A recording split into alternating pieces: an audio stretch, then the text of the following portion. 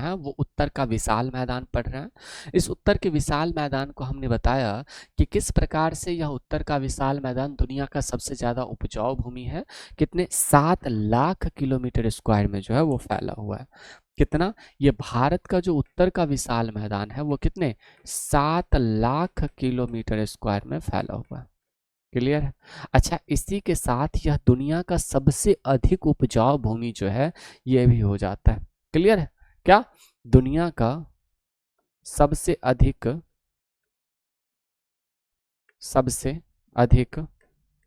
उपजाऊ मैदान जो है यही है।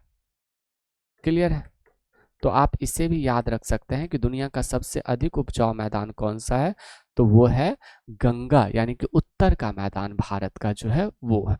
अगर हम इसी में और भी चीजों को देखें तो इस उत्तर के मैदान को किस आधार पर बांटा गया है, और इसमें टोटल लंबाई 3200 किलोमीटर है और इसकी गहराई की बात करें अधिकतम ऊंचाई 291 सेंटीमीटर के आसपास है। यहाँ पे तो ये बातें इंपॉर्टेंट नहीं है, लेकिन अगर हमारे साथ आप कुछ चीज़ों को नोट करें तो उत्तर के विशाल मैदान को जो बांटा गया है वह कुछ इस प्रकार बांटा गया है। उत्तर का विशाल मैदान का वर्गीकरण, विशाल मैदान का वर्गीकरण किस प्रकार से किया गया है भाई? वर्गीकरण कहने का मतलब डिवाइड जो होता है वो डिवाइड किया गया। इसे डिवाइड किया जाता है कुछ इस आधार पर कि भाई एक ट्रिक हम आपको बताएंगे, लेकिन उससे पहले जो है हम आपको मैप भी दिखा देंगे। क्या हम मैप दिखाएंगे आपको? यहाँ पे इस मैप को आप डाउनलोड करिएगा और यहाँ पर एक ट्रिक लिखना। इसको कितने भागों में बांटा गया है? तो मोस्ट ऑफ द टाइम 4 भागों में जो है वो बांटा गया। कितने भागों में? 4 भागों में। ये 4 भाग कौन सा उत्तर के विशाल मैदान का? यहाँ पे नोट करना, 4 भाग। इसको नोट करने के लिए जो है आप मेरे साथ एक ट्रिक लिख लेना, भात खाबो। भात खाबो, भात मतलब हमारे बिहार में क्या होता है? भात होता है। भात मतलब चावल होता है। यहाँ पे एक ट्रिक लिखना, हालांकि ट्रिक व्रिक का तो कुछ होता है नहीं, लेकिन फिर भी अगर आप लिखना चाहो तो आप लिख सकते हो भात खाबो, भात खाबो। क्लियर है? हाँ ना। यहाँ पे भा से क्या हो जाता है? पहले नंबर की बात करें तो भा से जो है वो भाबर प्रदेश होता है। कौन सा? भाबर प्रदेश जो है, भाबर प्रदेश होता है। एंड देन अगर हम बात करें तो दूसरे स्थान पे जो है वो क्या होता है? तराई प्रदेश होता है। तराई प्रदेश के बाद अगर हम देखें तो तीसरे स्थान पे कौन सा होता है? खादर प्रदेश होता है। कौन सा? खादर। और खादर के बाद अगर हम बात करें ब से क्या होता है, तो वो होता है बांगर प्रदेश, बांगर प्रदेश। क्लियर है? तो हमने बताया कि भाई साहब भारत को किस प्रकार से डिवाइड किया गया है। तो यहाँ पे हमने क्या बताया? भात खाबो जो है कुछ इस आधार पर इसे डिवाइड किया गया है। भाबर तराई, हमने क्या बताया? पहला जो होता है वो भाबर है, दूसरा की बात करें तो तराई है, तीसरा की बात करें तो खादर है, एंड चौथा की बात करें तो बांगर जो है ये हो जाता है। भाई यहाँ पे हमारे साथ और भी चीज़ों को अगर आप नोट करना चाहे तो सबसे पहली बात आप इस बात को नोट करना कि सबसे ऊपर में क्या है? सबसे ऊपर में जो है ये वाला भाग जो आपको दिख रहा होगा, 1 मिनट रुकिएगा मेरे साथ और इसे थोड़ा सा और वाइट कर ले तो मुझे लगता है बेस्ट होगा। यहाँ पे मेरे साथ नोट करिएगा, ये बात क्लियर है? ये 4 प्रदेश समझ में आया? 4 प्रदेश, भात खाबो बगली। अच्छा देखो यहाँ पे मेरे साथ नोट करना कि शिवालिक रेंज के बारे में हमने आपको बताया था कि शिवालिक रेंज जो है यह सबसे ऊपर है। क्या है? सबसे ऊपर जो है वह शिवालिक रेंज है ना? इसी के बारे में हमने बताया था ना कि किस प्रकार से शिवालिक रेंज जो है वो शिवालिक रेंज हो जाता है। अब शिवालिक रेंज जो है ठीक इसी के नीचे में क्या होगा? ये शिवालिक रेंज हो गया। यहाँ पे इसको आप नोट करिएगा। अब शिवालिक रेंज पर से तो नदियाँ निकलेगी। अब जो भी नदियाँ यहाँ से निकलेगी वह एकदम फास्ट में निकलेगी। कैसे निकलेगी? अब यहाँ से जो भी नदियाँ निकलेगी वो बहुत फास्ट में निकलेगी ना। और यहाँ पर जो है यह नदियाँ अपने साथ क्या लेकर के आएगी? तो नदियां जो है अपने साथ लेकर के आएगी पत्थर। अब पत्थर जो लेकर के आएगी उस पत्थर को ज्यादा दूर तक तो लेकर के नहीं जा सकता ना, पत्थर को ज्यादा दूर लेकर के तो नहीं जा सकता। भाई साहब ये तो ज्यादा बड़ा मैप बन गया, इस मैप को छोटा करना पड़ेगा मुझे लग रहा है, क्योंकि इतना बड़ा मैं बना नहीं सकता। ओ गुरुजी यहाँ पे देखो, ये जो है ये वाला ऐसे मान लो, क्योंकि मुझे लगता है ऐसा, ये जो है ये क्या हो जाता है, तो ये हो गया शिवालिक रेंज। यहाँ पे हमने क्या बताया, ये हो गया शिवालिक रेंज। ये वाला भाग कौन सा हो गया, शिवालिक रेंज। अब शिवालिक रेंज में जो नदियां आती है वह अपने साथ पत्थर लेकर के आएगी, अपने साथ पत्थर लेकर के आएगी ना। कहता ना, पत्थर से ना मारो मेरे दीवाने को, सीधे बम से उड़ा दो मेरे दीवानों को। तो ये क्या है, ये पत्थर वाला इलाका हो जाएगा। यहाँ पे ये वाला इलाका जो है, यहाँ पर नदियां बहेगी, और पत्थर के ऊपर जब पत्थर होता है तो क्या होता है, पत्थर के ऊपर जब पत्थर होगा तो वो जो है नदी के बीच में गैप हो जाता है, और वहां से पानी जो है आराम से निकल जाएगा। तो ये बातें हो गया। अब देन अगर क्या होगा, तो ये ज्यादा दूर तक लेकर के नहीं जाएगा पत्थर को। देन क्या होगा, ये सीधे डायरेक्ट जो है प्लेन में आएगा। कैसे प्लेन में आएगा, तो ये जो है प्लेन में आएगा, और प्लेन जो है यहाँ का कैसा होगा, तो ये काफी ज्यादा तराई यानी कि काफी ज्यादा दलदली एरिया हो जाएगा। देखो नदी कहाँ पे गायब हो जाती है, तो नदी जो है भावर वाले इलाके में जो है वह गायब हो जाती है। तो याद रखोगे, नदी गायब कहाँ होती है, भावर वाले इलाके में।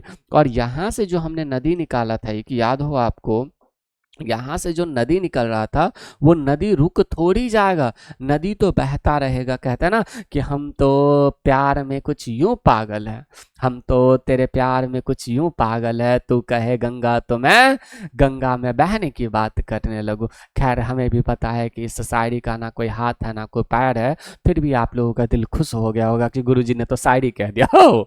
भाई साहब ये समझ आया, बताइए जरा, ये समझ आया कि नहीं। हमने क्या कहा, हमने कहा कि भाई इसको जो डिवाइड किया गया कुछ इस प्रकार से डिवाइड किया गया, शिवालिक ऊपर में हो जाता है, एंड शिवालिक से मान लीजिए बहुत सारी नदियां निकलती है हिमालय से।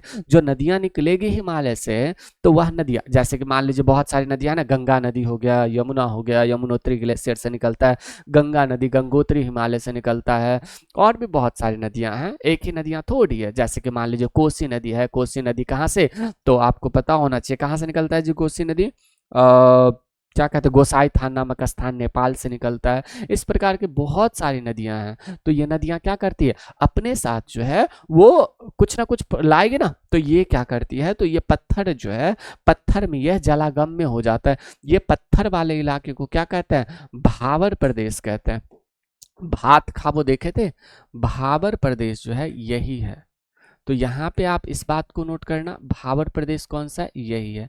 भावर प्रदेश के बाद ये वाला इलाका जो है ये खादर प्रदेश होता है, और खादर प्रदेश जो है ये काफी ज्यादा दलदली होता है। और इस खादर प्रदेश में किस चीज का उपजाऊ होता है, और सबसे ज्यादा मच्छर जो है, यह मच्छर कहाँ पे, इसी खादर प्रदेश में पाया जाता है। तो आपसे कोई पूछे कि सबसे ज्यादा मच्छर किस प्रदेश में पाया जाता है, तो मच्छर जो है इस खादर प्रदेश में जो है पाया जाता है। ठीक है, इसे डीजेज भी, इस एरिया में बहुत ज्यादा डीजेज भी होता है। क्या होता है, इस एरिया में बहुत ज्यादा डीजेज होता है। डीजेज कहने का मतलब बीमारियां जो है ये होता है। तो ये कैसा है, ये एरिया जो है ये दलदली एरिया होता है। क्लियर है ना। दलदली एरिया के बाद अगर हम बात करें तो यहाँ पे कौन सा एरिया हो जाएगा, अब नदी तो गुजरेगी ही, नदी थोड़ी रुक जाएगी, नदी तो गुजरेगी ही। अब नदी जब गुजरेगी तो इसके आसपास का इलाका जो है, वो आसपास का इलाका क्या होगा, काफी ज्यादा उपजाऊ बनेगा, बनेगा ना। ये निक्षेप करेगी, नदियां जो है अपने साथ मिट्टी लाएगी। अब नदियां जब मिट्टी लाएगी तो आसपास का इलाका जो है वो निक्षेप करेगी, और क्या होगा, बहुत ज्यादा उपजाऊ बनेगा। तो मान लीजिए ये जो एरिया है इसके आसपास का यानी कि इसके पास वाला एरिया क्या हो जाएगा, बहुत ज्यादा उपजाऊ हो जाएगा। तो ये जो ज्यादा एरिया उपजाऊ है इसी को क्या कहते हैं, तो इसी को कहते हैं, इसी को क्या कहते हैं, खादर कहते हैं। क्या कहते हैं भाई, खादर कहते हैं। और दूसरा जो है यह दूर का जो इलाका हो जाएगा, यानी कि इसी में अगर हम बात करें तो ये जो दूर वाला लास्ट वाला एरिया हो जाएगा इसे क्या कहेंगे, तो इसे कहेंगे बांगर। समझ में आया, है ना। क्या कहेंगे भाई, बांगर जो है इसे कहेंगे। खादर और बांगर कुछ नहीं, यह जलोढ़ मिट्टी का ही प्रकार है। जलोढ़ मिट्टी इज कॉल्ड एलुवियल सॉइल। अच्छा एक बात मुझे बताना कि सबसे ज्यादा धान और गन्ना का उत्पादन किस मिट्टी में होगा, तो धान और गन्ना का उत्पादन जो है यह इसी मिट्टी में होगा। धान और गन्ना का उत्पादन जो है वह किस मिट्टी में होता है, तो ये जो है ये खादर मिट्टी में होता है। तो आपको ये जो चार टाइप्स हमने बताया ये चारों के चारों टाइप्स आपको समझ में आ गया है ना। भावर भावर प्रदेश कैसा होता है, तो ये बातें क्लियर हो गया ना। भावर प्रदेश, तो यहाँ पे एक एक करके मेरे साथ नोट करिएगा कि ये जो आपको माउंटेन दिख रहा है, माउंटेन रेंज दिखा ना, ये माउंटेन रेंज हो गया। यहाँ से ये जो है ये पहाड़ दिख रहा होगा आपको, पत्थर दिख रहा होगा। ये पत्थर से जो नदियाँ निकलेगी इसे भावर प्रदेश कहेंगे। क्या कहेंगे? भावर प्रदेश। और यहाँ पर जो ये भूमि है यहाँ तक ये काफ़ी ज़्यादा दलदली होता है, जिस कारण से इसका नाम क्या, तराई प्रदेश रहते हैं। और यहाँ से जो नदियाँ हैं ये नदियाँ बहेगी, और नदियाँ जो है एक ना एक जगह पर रिवर वैली घाटी भी होता है, वैसे कह सकते हो। और भांगर जो है भांगर भी होता है, यानी कि नदी से दूर वाला इलाका जो है वह भावर होता है, बांगर होता है, और नदी के पास वाला इलाका जो है वो खादर होता है। क्लियर है ना। चलो, तो ये भी बातें क्लियर है। गुरुजी आप ये वाला शर्ट बहुत अच्छा लग रहा है, कहाँ से लिया है? एक मुझे भी दिला दो गुरुदेव। अरे बाप रे बाप, तुम यही शर्ट लेकर के चला जाना। खुश खुश ना? है ना कि गुरुजी हमें तो आपकी हर चीजें पसंद है। कहो। हम तो मलंग है आपके इश्क में। बोलो। कहो कि हम तो मलंग है आपके इश्क में, यानी कि पढ़ाने के तरीकों से। चलो पढ़ो रे ससुरा, तुम लोग ना गजबे हो। तो ये बातें क्लियर हुआ है ना। जब ये बातें क्लियर हुआ तो एक एक करके मेरे साथ नोट करते चलना। भावर प्रदेश क्या है, तराई प्रदेश क्या है, खादर प्रदेश क्या है, बांगर और भावर प्रदेश क्या होता है, इन सारे चीज़ों के बारे में भी हम आपको क्लियर कर देंगे। ठीक है भाई। चलिए, भावर प्रदेश शिवालिक श्रेणी के समांतर है। इसके गिरिपादीय क्षेत्र में बड़े बड़े पत्थर है, ग्लासमो की बजरी का जमाव होता है, जो 8 से 10 किलोमीटर चौड़ी पट्टी के रूप में विस्तृत है। ये भावर प्रदेश जो है ये क्या होता है, जलमग्न होता है, यानी कि इसमें नदियाँ इसमें नदियाँ इसमें नदियाँ पत्थरों के कारण पत्थरों के कारण दिखाई नहीं देता। क्या नहीं करता है? तो पत्थरों के कारण जो है वो दिखाई नहीं देता है। क्लियर है? तो आप इसे भी विशेष तौर पर याद रख सकते हैं। तो यहाँ पे ये जब सारी चीज़ें क्लियर हो जाती है, देन आप याद रख सकते हो कि तराई प्रदेश भावर प्रदेश के दक्षिण में 10 से 20 किलोमीटर तक विस्तृत है। और वहीं पे यहाँ पे जो नदियाँ हैं वो विलुप्त जो नदियाँ हैं, अब कहीं ना कहीं तो हमें बाहर निकलना पड़ेगा। हम कितने दिनों तक छुप करके जिएंगे? तो यहाँ पे जो ये पत्थरों में नदियाँ गायब हुई थी, ये नदियाँ यहाँ पे निकलती है, और ये नदियाँ जैसे ही यहाँ पे निकलेगी यानी कि नदी सीन हो जाती है, तो ये वाला भूमि जो है ये काफ़ी ज़्यादा दलदली हो जाता है। आपने दलदली एरिया के बारे में सुना होगा। खास करके यह एरिया जब दलदली होता है तो यह डीजेज पेटी के रूप में भी जाना जाता है, डीजेज बॉक्स के रूप में। यहाँ पे मच्छर जो है वो बहुत ज़्यादा पाया जाता है। क्लियर है? समझ गए? तो इसे भी आप खास तौर पर याद रखिएगा कि डीजेज पेटी के रूप में किसे जाना जाता है, तो ये यही एरिया है जिसे डीजेज एरिया के रूप में जाना जाता है। हम आपको इससे आगे की बातें हम नेक्स्ट क्लास में, या फिर तराई प्रदेश के बारे में जानना चाहो तो तराई प्रदेश, खादर प्रदेश जो है ये बहुत अधिक उपजाऊ होता है, बांगर प्रदेश जो है यह नदी से दूर वाले इलाकों को बांगर प्रदेश कहते हैं। उम्मीद करते हैं कि आपको ये सारी बातें बहुत ही शानदार तरीके से समझ में आया होगा। आज के लिए इतना ही, फिर मिलते हैं हम आपसे अगले सेशन में। उम्मीद करते हैं कि आप अपने माता पिता के सपनों को साकार करिएगा, और मैं फिर से वही बातें कहूँ कि हम अपने जान के दुश्मन को जान कहते हैं, हम अपने जान के दुश्मन को जान कहते हैं, और मोहब्बत के इस मिट्टी को हिंदुस्तान कहते हैं। हम अपने भारत माता के लिए एक बार सभी लोग जय हिंद तो जरूर ही लिखिएगा। तो हमारा सेना जय हिंद की सेना।